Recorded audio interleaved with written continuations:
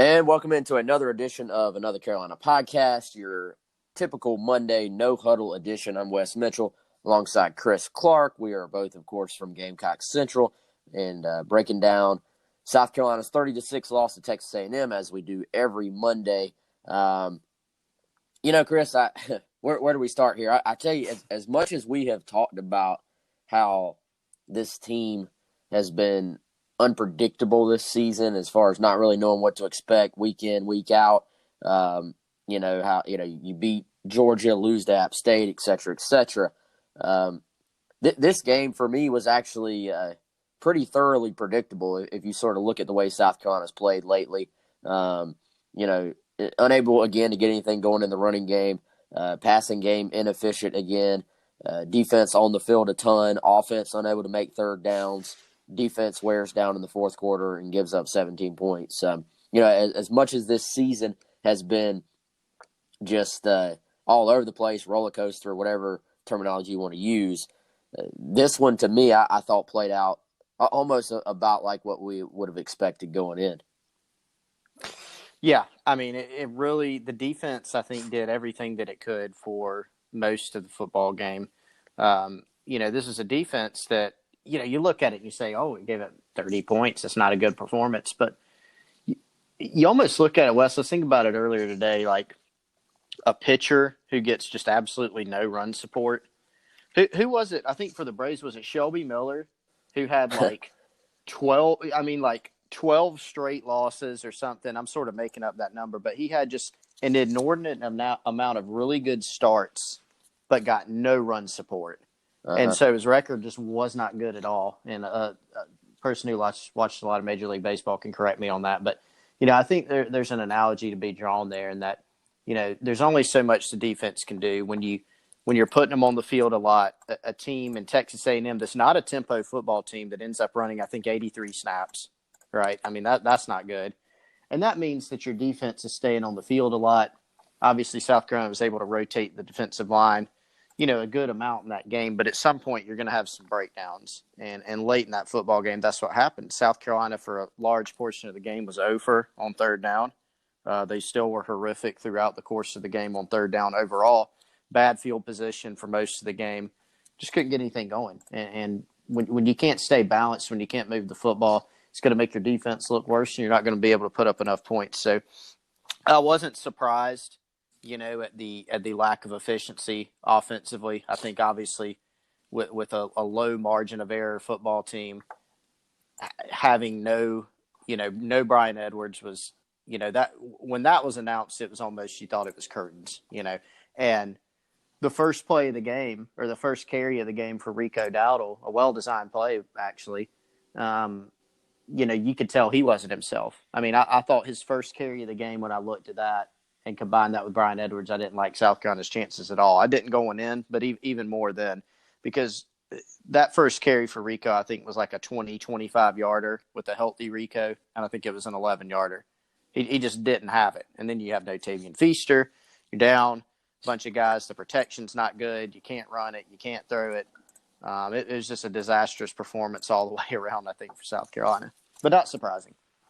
Yeah, no, and, I think you could have predicted it, at least if things sort of played out the way they were trending. You sort of could have predicted that it comes out like this. I just, Chris, I look at situational football, and that's something that really has been, when Muschamp talks about keys to winning and really the way they structure their practices, third down situations, 2-minute situations, red zone situations, stuff like that. Situational football, always a key to winning, especially when you're in a conference game where, the game normally comes down to like a handful, 5 to 10 plays. Third down conversions, red zone scoring, stuff like that is such a key part of what you do. And, you talked about the third down conversions in this game. They were 0 for, I think into the third quarter, maybe into the fourth. Then, you just look at the entire season, though. I mean, I pulled the conference-only stats, and right now South Carolina has converted 32.5% of third downs, which is actually 12th in the conference, ahead of only Arkansas, who obviously we know what they've done the last 2 years overall, and they fired their head coach, and Vanderbilt, who has been awful offensively. You shoot over to time of possession. South Carolina 13th out of 14 in the conference, averaging just 27 minutes and 7 seconds time of possession per game. Arkansas, the only team worse for them in that stat. You look at red zone conversion. Before the season started, there's a lot of discussion about not just scoring percentage in the red zone, which is obviously touchdowns or field goals, but touchdown percentage and how many times you get 6 when you're in the red zone. South Carolina's touchdown percentage right now in conference games, 44% in the red zone. That's good for 11th in the conference, behind only Vanderbilt, Tennessee, ahead of only Vanderbilt, Tennessee, and Missouri. You look at just raw scoring percentage in the red zone,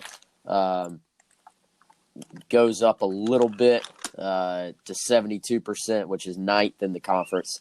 But that obviously means you're kicking a lot of, you're kicking field goals in those situations as opposed to scoring touchdowns. So, South Carolina hasn't really turned the ball over down there very much, which obviously is a positive, but they're not getting touchdowns. That was a key this offseason. And, if you're not good offensively and you're not creating explosive plays, which we talked about it all last year, this offense was improved in a lot of categories. To me, a big reason for that was explosive plays. And we saw, maybe we saw, Chris, maybe we could have seen this coming because, when the explosive plays were not there last year, South Carolina's offense at times really bogged down, but they had enough explosive plays from a Deebo Samuel, from a Brian Edwards, from a Shi Smith at times that it sort of made the numbers look a little bit better. You take away those explosive plays in spurts last year, offense bogged down. Now you're taking away the explosive plays really for the entire season, at least at the same rate they had them last year, and we're seeing the offense completely bogged down and then unable to stay on the field. If you can't create explosive plays, then you have to be able to execute and be efficient in these third down situations. And, frankly, you got to be efficient when you have opportunities in the red zone. One team can average 350 yards a game, but if they score touchdowns in the red zone every time, then, they can be better than a team that averages 430 yards a game, but kicks field goals, But if you're not doing any of these things, then voila, you have South Carolina's offensive output.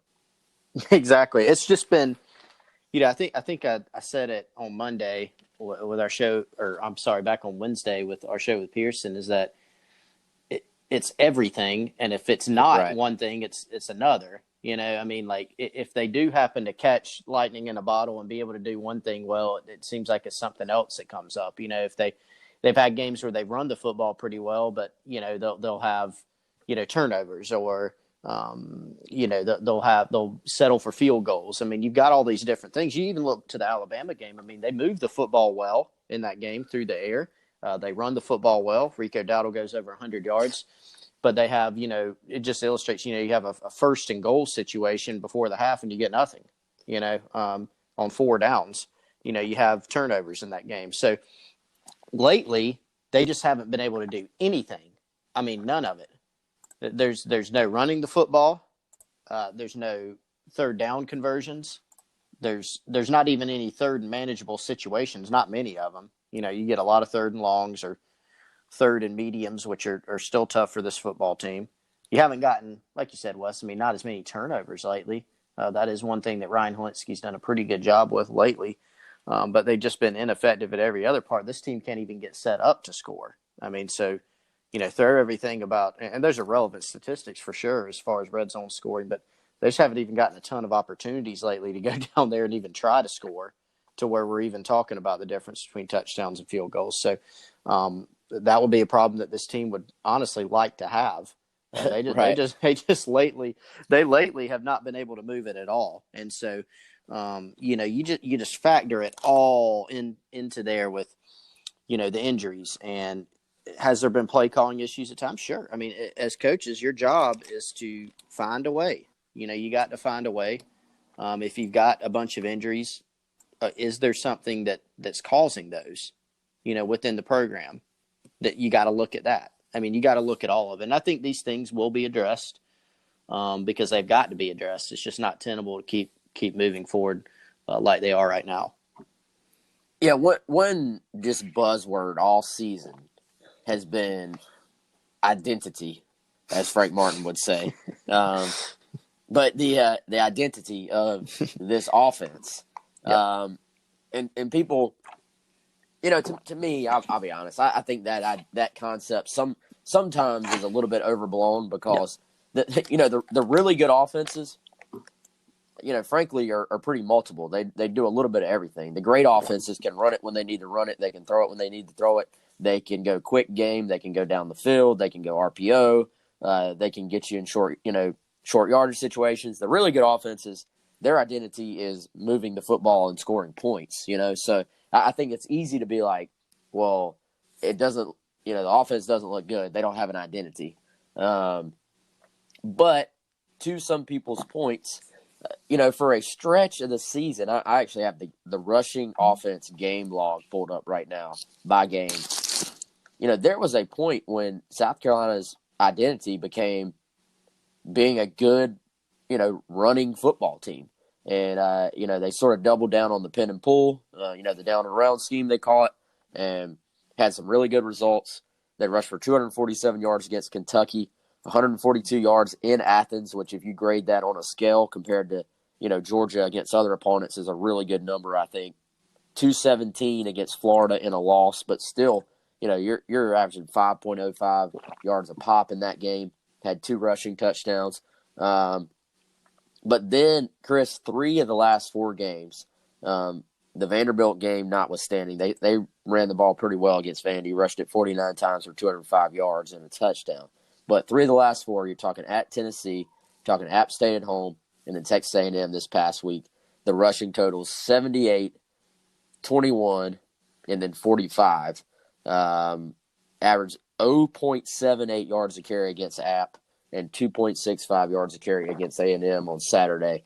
The offense, as far as the passing game, has been pretty consistently inconsistent, you would say. Like, it hasn't been that efficient all year long. But at times, they've been able to lead on the running game and give themselves a chance.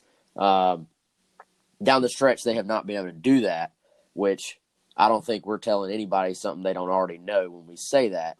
I just think the question at this point becomes how, why, is App State's front better than Georgia or Florida's? Obviously not. Texas A&M, really good front, I think, but still 17 carries for 45 yards. I looked it up, dude. A&M was allowing 140, 150, something like that, rushing yards a game. So, they haven't just been, as talented as they are, they haven't been a lockdown run defense where there's no room at all.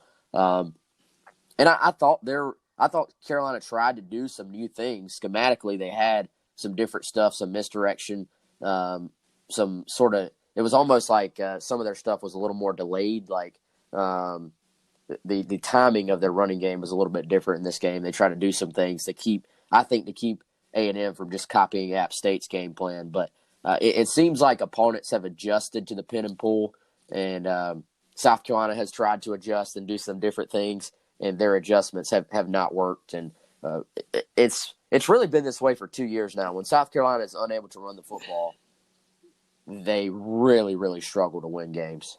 Yeah, and so you made a couple points there that I want to hit on. The last one first is that if they can't run the football, they can't win games, and it's true. And so you say, well, why is that? Well, I think you look at the circumstances right now too. I mean, against A&M, the only guy that's been a consistent wide receiver this year has been Brian Edwards. He was standing on the sideline, right? And so, you got that.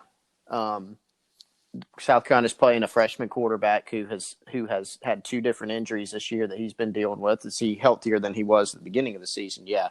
But you can't say that he's been unaffected by those things. And he's also still a freshman, and he's struggled, against Texas A&M. He's had some games in which he struggled, and this was one of them.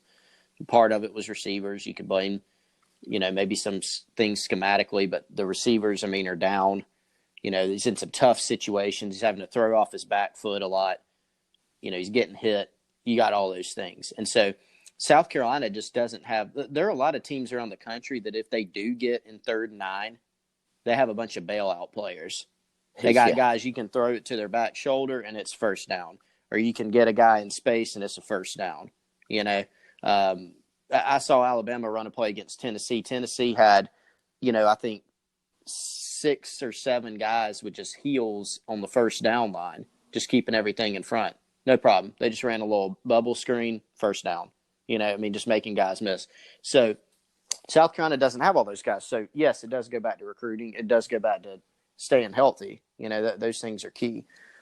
Secondly, I think the question that a lot of people have that you brought up is, what's been the difference in the run game? And I do think you already touched on some of the schematic stuff, so I don't want to rehash that. But another one that's just pretty obvious is the personnel. Tavian Feaster's not playing. Yep. He hasn't been on the field. And Rico Dowdle is not himself. Hobbled. He's hobbled. And you can always tell with Rico. First of all, he's wearing a big brace, but you can tell when you have healthy Rico and not healthy Rico. And he was definitely not healthy at A&M. We saw it on the very first carry. You could immediately tell. Last week he wasn't healthy. He was out before that. So that to me, even more, I would argue even more than anything schematic, which that's played into it as well. But I think just not having Tavian Feaster, not having healthy Rico Dowdle, that's been pretty substantial too.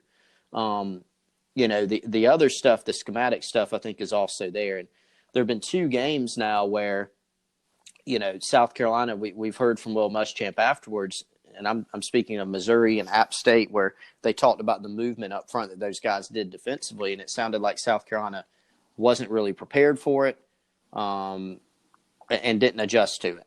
And so, those things you got to do. Against Missouri, you had a guy making his first road start who was pretty erratic in that game, dealing with an elbow injury, so they couldn't really throw it effectively there either. Appalachian State, that's the team you got to be able to run the football on, and they couldn't. And so I think there's a lot. There are a couple main reasons why they're at this point, and I think certainly personnel is one, and I think just the inability to get anything going on the ground is another primary reason, because that's what this team has to be successful. Yeah, and sort of a couple of just damning stats. I'm looking at the rushing totals right now. That first run of the game, really, really well executed by Rico Dowdle. Sort of a huge hole opened up. It looked like a pin and pull to the front side, but it opened up to the backside, and South Carolina sort of cleared the way for him. Huge hole in the backside of this run. And Dowdle gets 13 yards on this run. His total rushing for the entire game, 7 carries for 12 yards. So he got 13 yards on the first play of the game, and then 6 carries for -1 yards the rest of the game. South Carolina's second leading rusher, your boy Joseph Charlton, the best punter in the world. We're just going to declare that right now. The old Ryan, they say history repeats itself. The old Ryan Suckup play at Mississippi State from years ago sees that he's about to get. I think part of that was just fight or flight going into effect there. He sees he's about to get pummeled, and the punt's going to get blocked. He takes off running for a first down, 1 carry for 10 yards. So South Carolina's rushing total 7 for 12, 1 for 10 from your punter, 3 for 9 from Kevin Harris, 2 for 7 from Helinski, and then 4 for 7 from DeCarrion Joyner. Chris, there was a question on the teleconference yesterday about South Carolina going away from the run. And generally, we talk about how South Carolina has to sort of be hard-headed in the run and stick to the run. From a more generalized play calling standpoint, obviously it didn't work, but I can't really fault at that point in the game. I can't really fault South Carolina from going away from the run in the second half. We saw that they tried to just beat their head against the ground against App State and keep trying to mix in the run, and it just didn't work. I think after about 6.5 quarters of just running into a brick wall, I'd have probably just said, screw it, we're going to throw it too. at least with the passing game, you got a chance of maybe hitting a big play. It obviously didn't work either, but it looks bad when you see 17 carries and 46 throws. But I can't of the things I could find fault with, the number of throws in this game. Yes, you'd have liked to have been able to run it 46 times because that would have meant you were running the ball well. But as the game was playing out, even with all the personnel issues, even with everything going on, that part of it, I didn't really have a huge problem with. I don't know about you.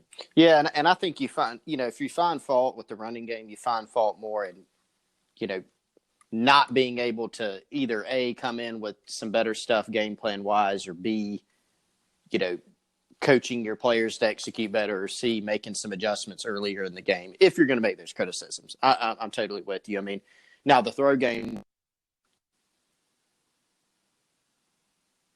no form or fashion good. I mean, it looked completely disconnected, I think is the best word that I could come up with.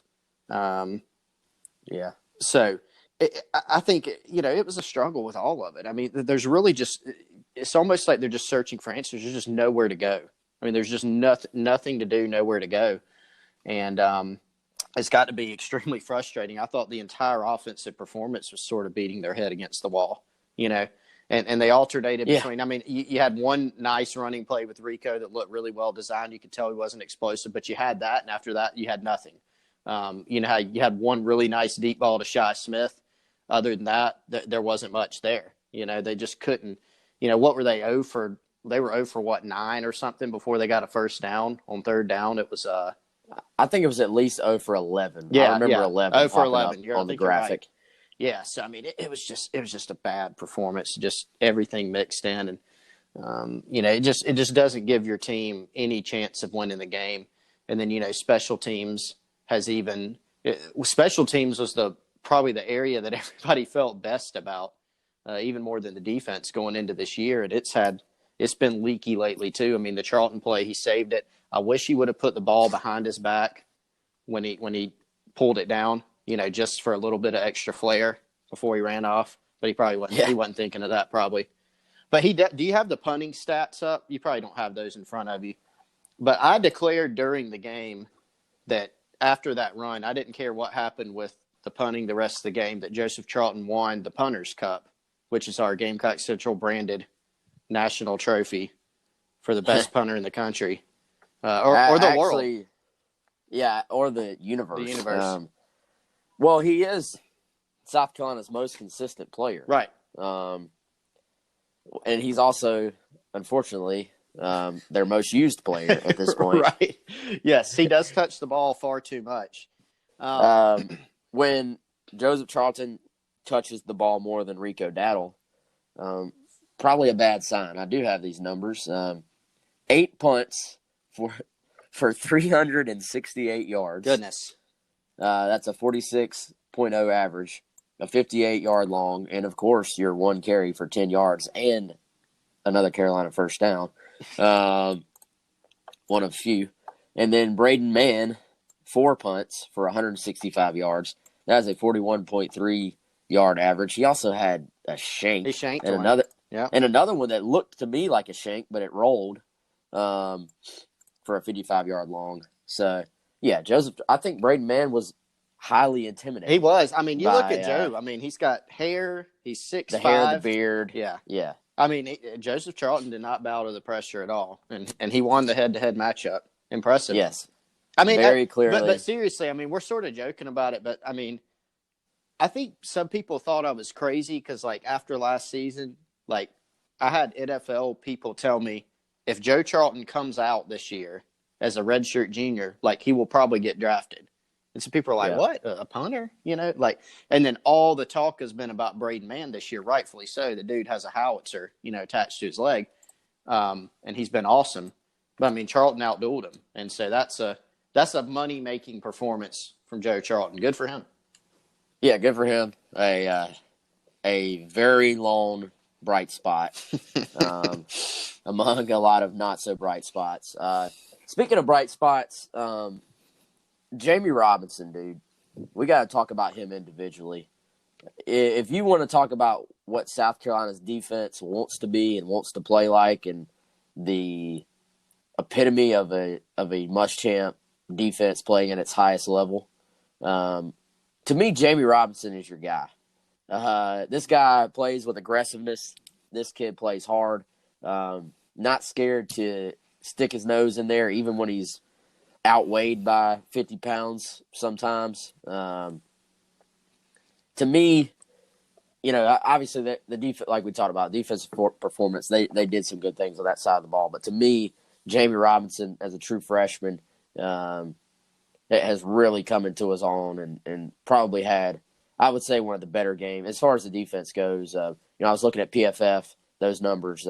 Javon Kinlaw had 9 pressures in this game, which is freaking insane. I didn't realize watching it that Javon had done quite to that extent. But Javon and Jamie Robinson, if we were going to give away our Gamecock Central players of the game, obviously it'd be Joseph Charlton on special teams and offense, and then Javon Kinlaw and Jamie Robinson on defense.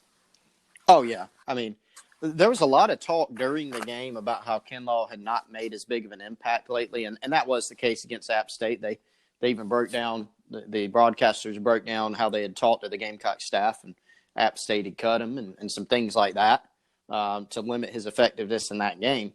But, even if he didn't have a gigantic statistical impact in terms of tackles, sacks, whatever people want to see to judge a defensive lineman's performance, he was in the backfield a lot. Kellen Mond, he took a beating in the game. I mean, they hit him a bunch. The defense was really good for a while. If South Carolina could have pieced anything together offensively, it would have been a much better performance as far as final scoreline, in my opinion, from the Gamecock defense, which did its part for, 3 quarters or so. And so Javon was impressive again. He whipped the guy in front of him several times, sometimes with ease. And Robinson, look, I think he showed a lot in this game with heart and playing hard. Showed off that he's a versatile guy who can play coverage. He could certainly stick his nose in there, as you said, Wes, and tackle.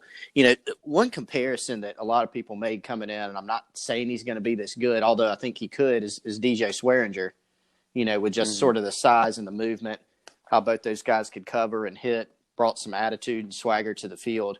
It's actually a comparison that Devontae Holloman made, now the head coach at South Point in Rock Hill, former Gamecock Spur linebacker. He watched some film on Jamie coming out of high school and immediately brought up, one of his teammates, DJ Swearinger, as a comparison. And so that was a bright spot. I mean, you saw some bright spots, I think, out of the defense, even with that performance, and just in terms of some of the body types and athleticism that they've recruited. And I think that's another part that's just sort of frustrating for everybody, is they've just got to figure out going forward. And I'm sure we'll talk about this more, but not to sort of spoil it, but just they've got to find a way offensively to be more productive and to stay healthier, to have a chance to turn the program around from a wins and losses standpoint, because they have still recruited some players who I believe can play really on both sides of the ball, particularly on defense. Yeah, and we'll get to that here momentarily. I think one thing I would like to say is I think you got to give credit to Kellen Mond too, man. I mean, early on in his career, I'll admit I wasn't really all that impressed with this guy. I thought he was very inconsistent, specifically as a passer. But Kellen Mond, this guy hung in there. He, like you said, he took some hits. He got the ball out. He was smart with the football. Really frustrated the Carolina defense at times with his ability to extend drives and get the football off while getting hit. I thought his play was a difference maker in this game as far as what A&M was able to do offensively, compared to what South Carolina was able to do offensively. But speaking of South Carolina's offense, I know you posted another What We're Hearing on Monday. If people want to read that. By the way, we have a special going on.